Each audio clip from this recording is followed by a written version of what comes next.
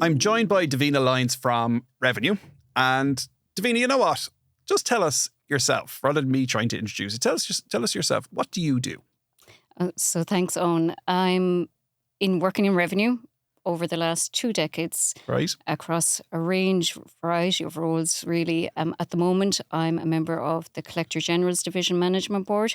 So we're a team of 800 staff, Wow. where we look at collecting taxes to fund the Exchequer. And then we're part of a wider collective organisation where we've about 6,500 staff, just over that. Again, it's about serving the community and collecting those taxes on behalf of the state. So within my own role in the Collector Generals, as well as collecting that tax, we have a responsibility to give out money as well. So I have VAT repayments. So last year in revenue, we gave out over 7 billion back to customers in VAT, for example. In VAT receipts, in VAT returns. Right. That's it, yeah.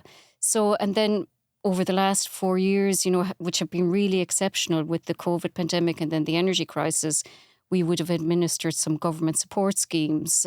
So I would have had the Temporary Business Energy Support Scheme and the COVID Restriction Support Scheme and various other ones across revenue, where we really supported businesses and their employees with vital financial support. And one of the ones that is still remaining is the debt warehousing scheme, which is managed by ourselves and the Collector Generals. So I suppose that's a whistle-stop tour, but the range of services that we provide to customers is vast, really. So the division you're in is the Collector General, and that's responsible for collecting taxes. And can we just establish for everybody, just to make sure that everybody understands, Revenue as an entity doesn't decide how much tax is going to be paid. It doesn't decide what's going to be done with the taxes when it's collected.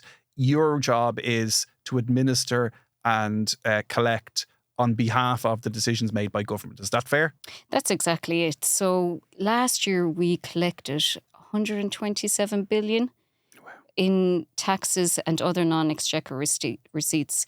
And net of that, net taxes was 101 billion in that. So that's a significant amount of money that we collect. And again, that funds the state and providing vital services for everyone, your listeners, and the wider community. And I suppose that's the point I want to get from the start is don't shoot the messenger. So you collect, you're told what you're supposed to collect, you collect it, then you pass it over to them and they spend it. And you don't make any revenue, have nothing to do with deciding how much is to be collected or at what rates or what percentages. And revenue has nothing to do with how it's spent either. That's up to government and that's up to our vote. So we administer on behalf of the government. So we don't design the policy. We're instructed by government, and that's what we do. Okay. So it's interesting, the refunds. There was 7 billion in VAT refunds. Any idea for the PAYE worker who put through their medical receipts and kind of that type of thing, how much refunds you did there? So we really want to encourage PAYE workers to start engaging more and more with their own tax obligation and their own position. So what we have is a preliminary end-of-year statement, which gives a preliminary assessment to PAYE workers of what their tax position is, and that comes out at the start of the year.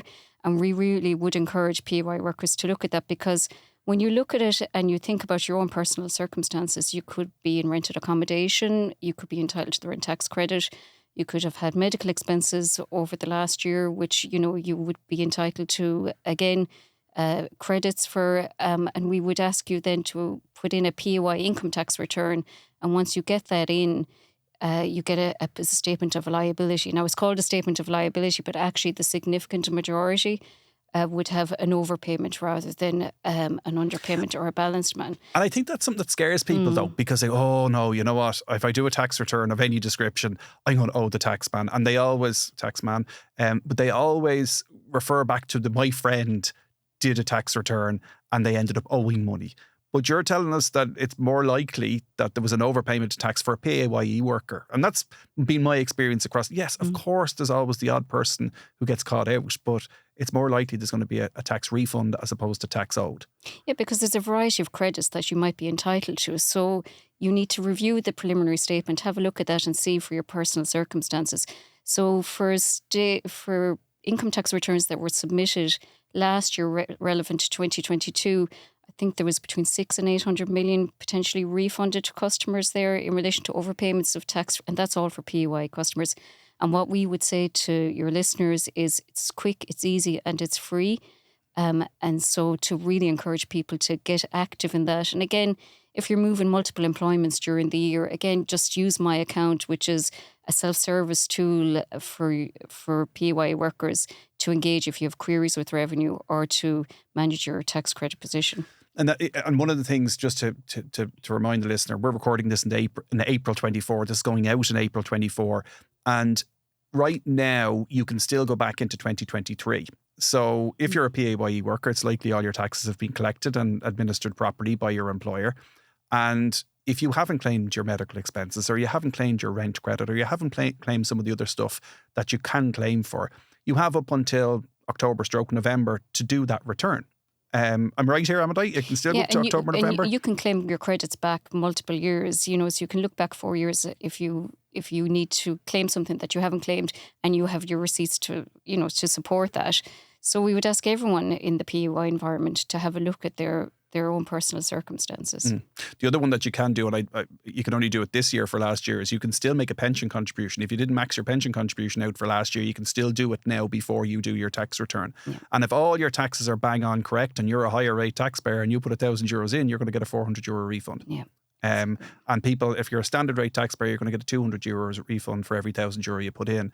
And you can still do that for 2023.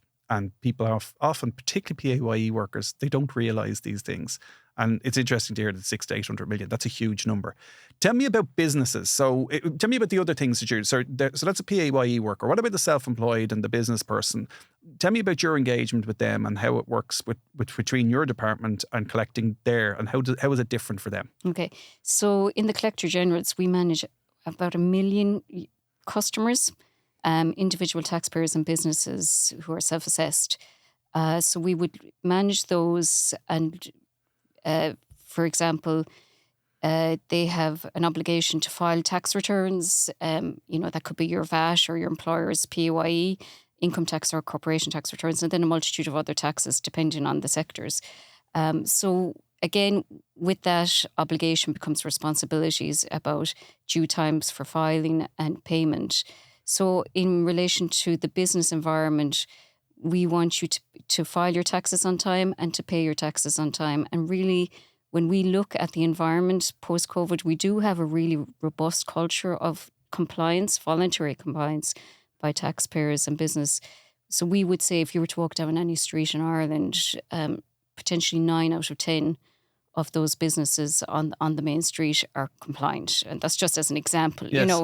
So for those that aren't compliant with the filing and payment in the Collector Generals, what we do is then we engage with those customers to improve their compliance, bring them back on track. And where we can't get that level of engagement, then we look at debt management programs and enforcement processes. So what's a debt management program and enforcement process? What does that look like? So what we would always say to customers, if you're registered for tax and you have a VAT liability, you submit your return, you have a liability, you file your VAT on the 19th of March, say. You should pay that by the end of the month. What happens then is we have a debt management system. It's a technical solution which is highly sophisticated in the Collector Generals, which we use in conjunction with our staff to manage that type of interaction. So what we do is we will demand and then final demand that liability. Or if you haven't actually filed the return, we will put estimates on the VAT, for example, and start engaging with you that way. So if it's a situation then you're not engaging with us and we really want you to do that, it comes up for enforcement. And then there's a range of enforcement options we would have to consider. But that's a last resort for us. We really want to keep viable businesses going. Or like our whole mission is about serving the community and funding the exchequer. And for that, we need viable businesses to pay their taxes. And say, taking your example of 19th of March, business needs to do their VAT return. They do their VAT return on 19th of March and they don't pay it by the end of the month. Is there a different process for a company who for 20 years has been operating and pays it by the 31st of March every year in the past or every quarter, and they're always on time, and then they slip up this month. Like, is there, I know you're saying there's a very technologically advanced system that you're using, but it's also got people behind it as well. Is there any flags there in terms of, oh, hold on a second, this has never happened before? Or the opposite, this is happening every single quarter or every second month, whatever the person is paying it on, and we need to treat this differently. Is there a difference? So it's really important that we do understand the customer behaviour. So if you're a customer that's been wholly compliant, your whole career, and you meet temporary cash flow issues, or there's something else going on, what we would say is engage with us really quickly, because we're very pragmatic. We want to kind of get you back on track, and we'll work out maybe a flexible payment plan if that's what's needed to get you back on track. But it's about us engaging with you. If we see your serial behaviour, is about filing late, paying late, again, I suppose there's only a certain amount of times that can happen, and our response will be aligned to your behaviours. So we're very reasonable. We're going to take into consideration your history, your compliance history, when we think about what's the appropriate response. There was a high profile case, and I can't remember the name of them, so I'm not dragging you into anything here, right? But there was a high profile case. I remember reading about it in the paper afterwards, and they got in trouble with tax. They didn't pay the appropriate taxes. And I remember reading a piece that said they really messed up. They should have filed. They didn't have the money to pay the tax, so they didn't file. So they didn't file anything at all, and they didn't pay the tax. And I think, and it's a good few years ago, but I think would there have been a difference in interest and penalties if they had have filed and said, revenue, this is what I owe you, but I haven't got the money? Would it be treated differently if you put your hand up and say, look, this is what's owed, as opposed to just sticking your head in the sand? What difference does that make? Yeah, so that's sticking your head in the sand. And what we would say is calculate your taxes, file your returns accurately, and then if it is a situation that you can't pay that at this point in time, and that your business is viable, contact us. And again, that piece about payment plans and working that out, because the longer that goes on, the longer the interest becomes applicable. So for VAT and employers' PAYE, there's an 8 or 10% interest, and that would accrue. And then if you go into payment plans, that's projected. So there's always an interest charge, and that can be quite punitive. So it would be important to come early, engage with us. We can see how we can work that with you, what that plan looks like. And look, the last thing we want to do is bury your head in the sand, because if we don't get that engagement, the sheriff could be at your door. We could put a notice of attachment on your bank accounts, which is a very serious thing for you to operate your business. Notice of attachment means can you literally put your hand into someone's bank account and take the money out? Exactly. In extreme cases, I assume. Yeah, so look, that's a last resort. But again, as you mentioned there, aligning our response with the customer's behaviour. If you are continuously coming up to us for, enforcement review, you haven't adjusted your behaviour, you're not engaging with us, a notice of attachment may be the appropriate solution for us to address, to try and collect that tax. And again, it's about working with the taxpayer to bring them back on track and to understanding, I suppose, we really want a strong culture of voluntary compliance. We have it. And for the cohort that aren't complying, we want to bring them into that compliance behaviour, And it's not fair on the rest of us. If 9 out of 10 businesses on the main street in a village are paying their taxes and 1 out of 10 isn't, that 1 in 10 has a commercial advantage over the others in terms of their prices they charge, everything. Like, it's not fair on the rest of us. And I suppose that is why we do it, because our mission statement talks about fairly and efficiently collecting taxes. And we talk about, having legitimate businesses having equal competitive playing field. And if we don't tackle those that don't confront, well, then they have a competitive advantage. There is other, consumer and employment protection issues. So it really is important that you as a community that are compliant have trust in us that we are going to tackle those that aren't compliant, but also support you when, if you're voluntarily compliant or if you think you are struggling, that there is services we can provide to assist you. And, you have the My Account for the PAYE taxpayer. We have Ross. These are 24/7, 365 day of the year services, or that PPA process. And again, if you've complex technical queries, we have Revenue Technical Service, we call it RTS. And then appointment services and the phone lines. It's one of the things that I will say, and I have been in business quite some time by myself, and I've had to engage from time to time where you have cash flow issues or other problems. Thankfully not for the last good few years, but there have been times, particularly at the start of the business, where I've had to engage.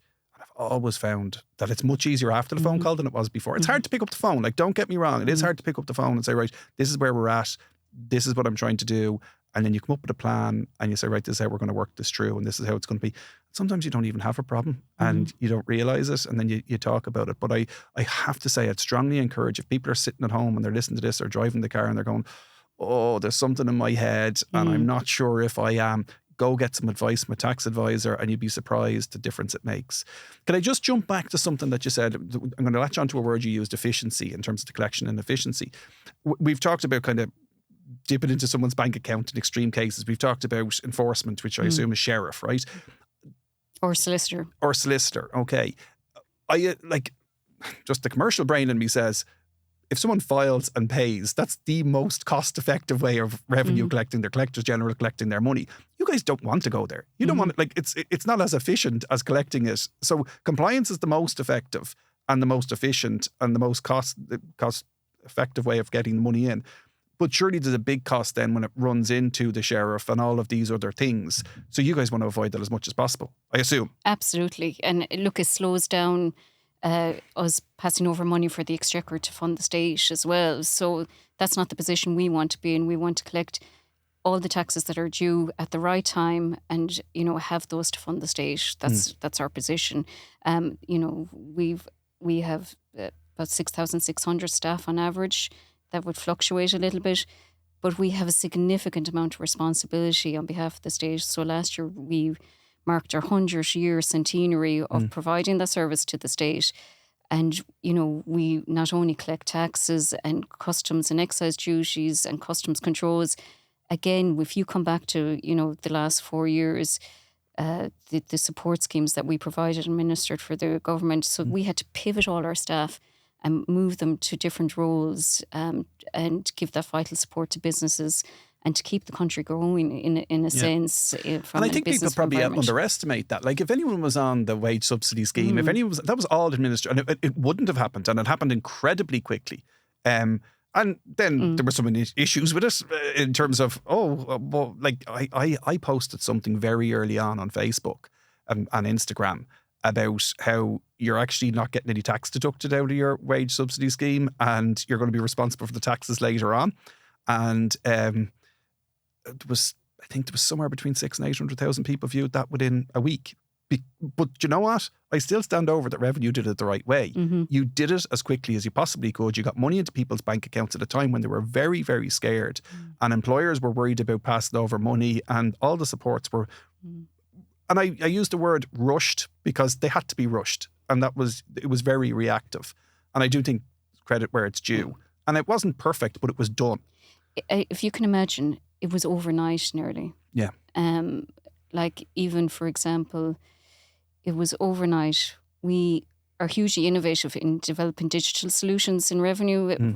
So we developed systems overnight, got people pivoted, as I said, from different roles in to administer those schemes and you know, got that money out very, very quickly to people and did that over the couple of years. And then with the debt warehouse, what we did was we parked that debt so that you had that cash flow to support you to keep going in your business.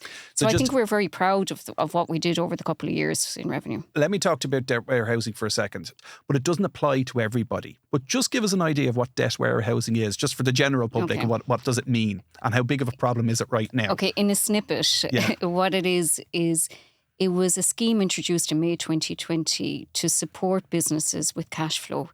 And what it was instead of saying you have to pay the taxes as they fall due, you could park your taxes. And that was primarily your VAT and your employer's PAYE. And we did that in the majority of cases for those periods falling between January 2020 and December 2021. And there was a couple then that got extended out, a couple of small businesses. So really what we're talking about now is that was a response to the COVID-19 pandemic, and we want to exit out of the scheme now, and those taxes have to be paid. So we have about 55,000 businesses who still are currently what we'll say availing of the scheme. That was 0% interest rate on that tax that was parked. And we're now moving out from the 1st of May out where that becomes due. And what we're asking those customers to act now and to come with us and set up a payment plan or pay that in full. And that payment plan will actually be 0% for that tax. Okay. So what we're basically saying is the debt warehousing was for businesses who were facing into COVID. They didn't know what their future looked like. They owed the taxman money. Sorry for using the word taxman again. Hope it doesn't annoy you. They owed taxes, and revenue basically turned around and says, we're going to park the tax that you owe us. We know how much you owe us. We've done the file. We've done the return on it. So we know how much is due, but we're going to put that to one side and we'll deal with it later. And it's now later. Yeah. So there's about 1.65 billion still in the warehouse. Like at its peak in January 22, there was 3.2 billion in the warehouse. Okay. So people and businesses are actively paying it down as they go or coming in for payment plans. So you can either pay it in full, come in and do a payment plan with us. You get 0%, the minister announced in February on that, which is huge. Like we were just talking there earlier about current taxes. If you don't pay those, you have an 8 or 10% interest charge on those, over a payment plan. We're offering 0% here on a payment plan. So the real message is on for people, if any of your listeners are in that cohort, that they come in through the Revenue Online system and they put in a PPA application online. They can do that. What does PPA mean? Oh, sorry, payment plan. Apologies. Payment plan. A payment plan, phase payment arrangement. Yeah. And depending on the level of debt you have, you may have to, as well as completing that form, submit supplementary information and get that on record before the 1st of May. So you don't have to have paid in full in May. What we want you is to have that application up on Ross by May, the 1st of May, and we will start engaging with you then. And that protects you then from what would happen if you bury your head in the sand. We come into May, you haven't engaged with us. We have sent multiple notices over the last, year and a half on this, and only 2 weeks ago sent 30,000 letters out. If you have ignored that, then in May, what we will do is we'll start moving that debt into normal debt available for collection. At 8 to 10%. And that's it, yes. And that's, again, it's like the sheriff calling out. We don't want to get to that position. It's a last resort. So we need you to come and file your application up on Revenue's online system, which we refer to as Ross. Okay. So just to summarise what we're talking about here. Companies struggled. Companies were facing into COVID. Maybe they didn't know what was going to happen, but they owed taxes. And Revenue turned around and says, we're putting that to one side. And until later. We're now at later. And we have until the end of April to engage with Revenue. To say, okay, I'm going to do something about this. They get on to Ross. They submit the PP, which is the payment. Payment plan. What's the A stand for? Arrangement. Okay. Payment plan arrangement, PPA. They submit it.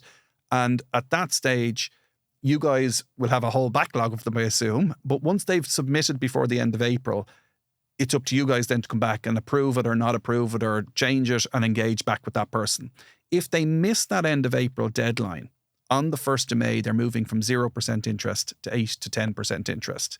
And just to be clear, if they do submit before the end of April and you guys come back in June or July or whenever you get to the end of your 30,000 people or the letters that went out recently or 55,000 people, they're still at 0% interest, right? Yes. So the arrangement, the PPA is going to be at 0% interest. So they should, that's the real carrot in my opinion. Don't give that up because you're let's face it, you're not getting away from the taxes that you owe, and you have an opportunity right now to address it, to go into a PPA and to actually cover those taxes off at a 0% interest rate.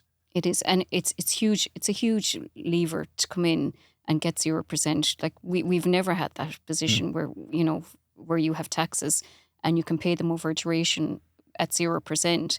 So what we would do is really encourage you to act now. We are seeing an escalation, but we want to see more people coming in. So the important thing is that people engage, because once they engage, if the PPA, as we now are calling it, is the plan is put in place, they're now on 0%. Is that in 0% forever? So that is 0% for the duration of the plan. once you keep maintaining the payments. So there is a risk there that if you fall foul of making those payments, that again you revert back to that 8 or 10%. Okay, so you miss one payment and you're back to 8 to 10? We'll call on it a second time. So again, if you are having temporary issues that you think you're not going to be able to make that payment, I would say contact us in the first instant. And then on Revenue's Ross system, what we do have is we have inbuilt digital services there where you can apply for payment breaks or deferrals on a temporary basis. So again, if you're having temporary cash flow issues, really important that you contact us or look to one of those opportunities, because otherwise you're risking that 0%. And that has consequences then as well for tax clearance and all the rest of it when that debt becomes back into the 8 or 10% field. Yeah. Okay. So make the payments, and it's going to stay at 0% till the end of the plan. Miss more than one payment, and you have the risk of it jumping to 8 to 10%.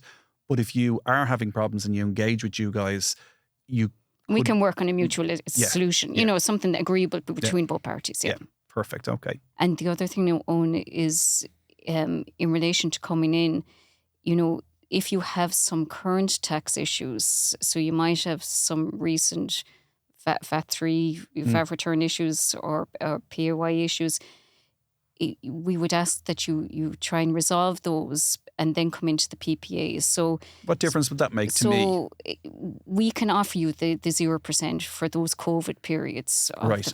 But if you have, as we mentioned earlier, if you have VAT or Prem employers PAYE, which is, relation to 2023 or 2024, and you're struggling to pay that applies 8 and 10% interest. So if you came in and said, oh, look, put the whole lot in the pot there for me, I want 5 years, I would have to say to you, look, there's a financial burden there for you for that 2023, 2024.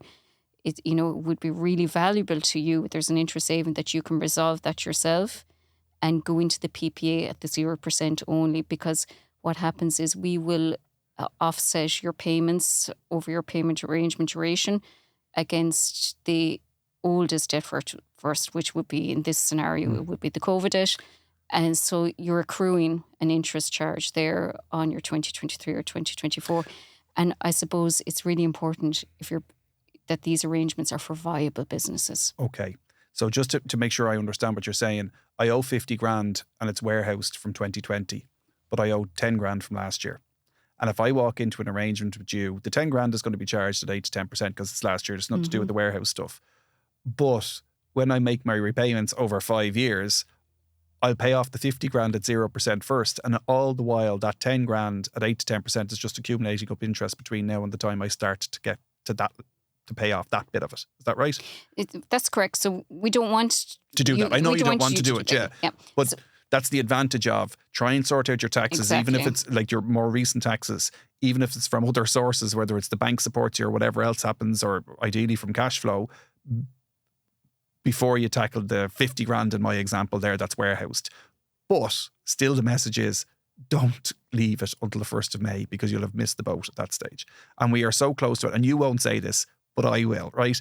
There has been lots of times in the past where people have said, oh, this is going to be moved back, this is going to be moved back, this is going to be moved back. And you could purposely stay quiet because I don't want to hang you out. And we are so close. There's lots going on in government at the moment that if I had, and I don't have anything warehoused, but if I had that warehoused from the COVID situation, I would be addressing it myself now because I wouldn't take the risk of waiting until the 1st of May and seeing what happens.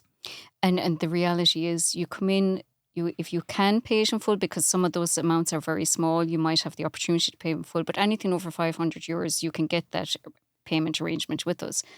And really important that you can sustain that arrangement. So again, we need to agree between ourselves then what is that suitable length of duration. So you come in on Ross, you put in your application, you can put up to 5 years in on Ross, and you might have to put in the supporting documentation.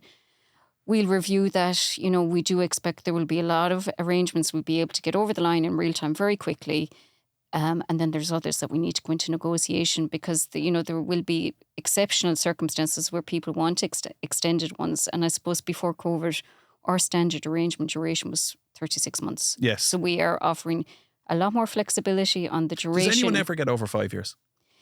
I know it's a case by case basis. It's an exceptional position because it's looking down a long lens. Yeah. There's an administrative burden on that, and there's a viability question sometimes. We have to look at the individual circumstances to see. Okay. It is exceptional, but there is flexibility. And before COVID, maximum arrangement was 36 months. Is it just warehouse stuff now that's looking at 5 years, up to 5 years? Or is it, if I have another issue, like if I can't pay my Q1 2023 VAT bill, is that still only 36 months? Has the rules changed for all debt, I suppose, that's owed? We have stretched our flexibilities across all now not to the same extent. Okay. So because we see debt warehousing debt as different. Yeah. It was a different circumstance. And I suppose one of the things I didn't mention is that down payment piece. Before COVID, you would have had to give a down payment to go into an arrangement of maybe 20% of the value of the debt, or 40% if you want a tax clearance. Where you can support that now, that's what we would like to see. But realistically, we have really stretched out from that. We're talking about, in some cases, a minimal down payment.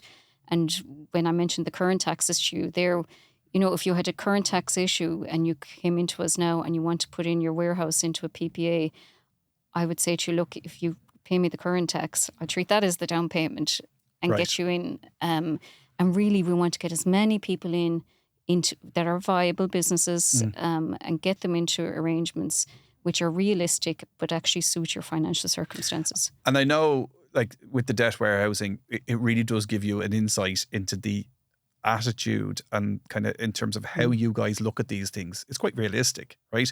Number one, you need the business to remain viable. And the business has to remain viable in order to be able to make the repayments. But also, you're not looking to take anyone out of business either. Like, you want to work with them so that they can remain viable, so they can pay their taxes, but they can also continue to employ people and contribute to the economy and do everything else. Is it different when it's not a business? So if we have an individual who has individual tax issues, I know that the payment terms might be more closer aligned to 36 months, except in very individual circumstances. But is it treated differently from... Actually, the question I'm looking to ask, I'm kind of jumping here a little bit. The question I'm looking to ask, if someone's sitting at home with a tax bill or the potential tax bill, is there a difference between if they come to you or if you come to them? Do you know what I mean by that? So if you discover it versus if they come to you. And the question I'm asking is, if you're sitting at home and you think of a tax bill, is it whatever about being the right thing, is it better for you to put your hand up first? And is this a tax bill that you've actually filed the return on, or that you're unsure about? Let's say it's one you're unsure about. Let's say you're not sure if you owe tax or not, and let's say let's say you owe tax, but you haven't told revenue about it yet, and you're sitting at home and you're going, I'll just keep my head in the sand for a while. Okay. Does it make? And really, look, it does make a difference. Okay, tell me what difference it makes. Okay, so, for example, if you know what it is and you just haven't filed it. So again, if we just say, you're in construction and you have a VAT liability and you know, as you said earlier, you just don't have the wherewithal to pay it, so you just don't file it.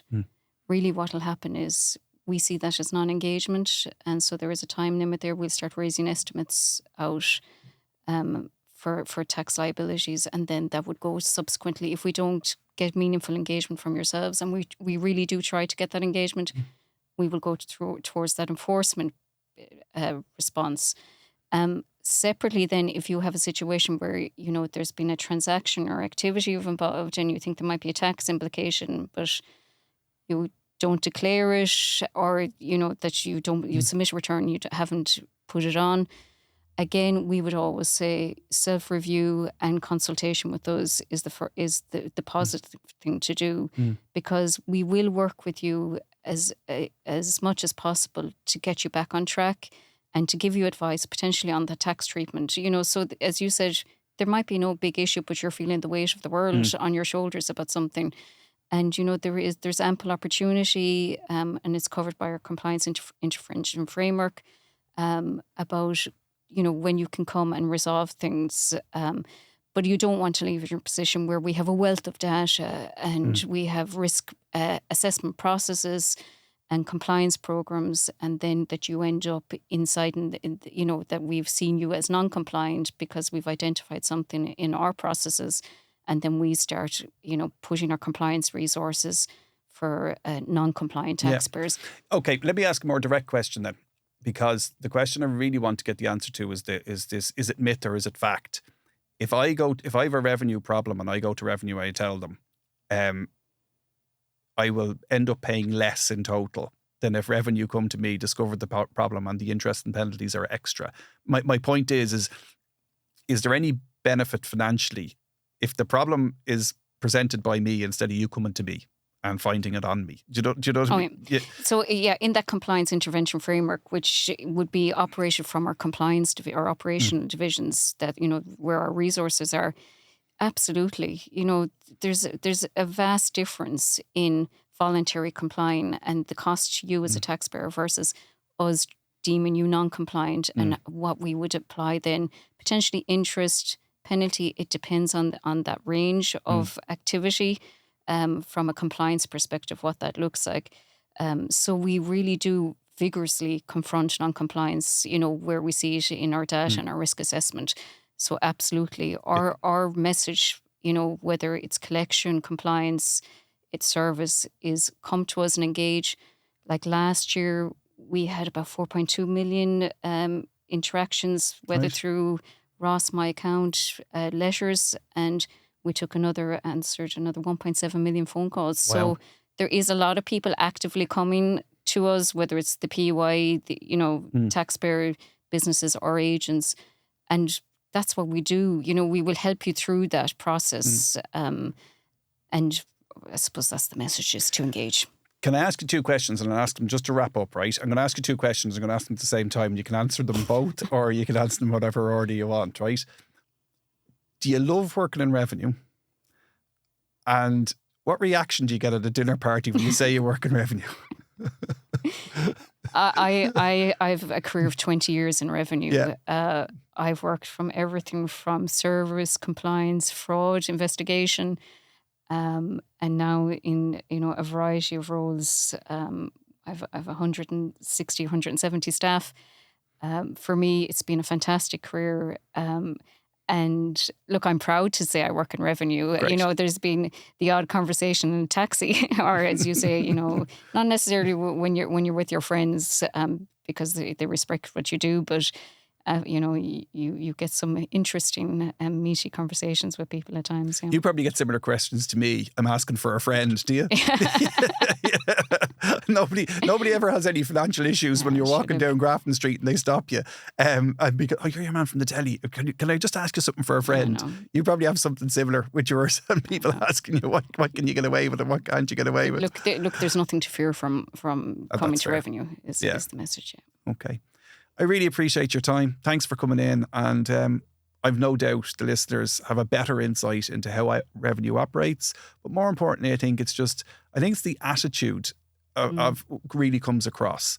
Like, you're in it, you're collecting money on behalf of us, and you do it fairly. And if people aren't being fair to revenue, we want you to be that bit harder. And I don't think anyone will disagree with that. And I think one of the things that strikes me was when you said that 9 out of 10 businesses are compliant, that 1 in 10 businesses being very unfair to those 9 because they're not on the same level playing field, and you try and level that up. So thank you for your time, and thank you for your 20 years of service. Thank you, Eoin.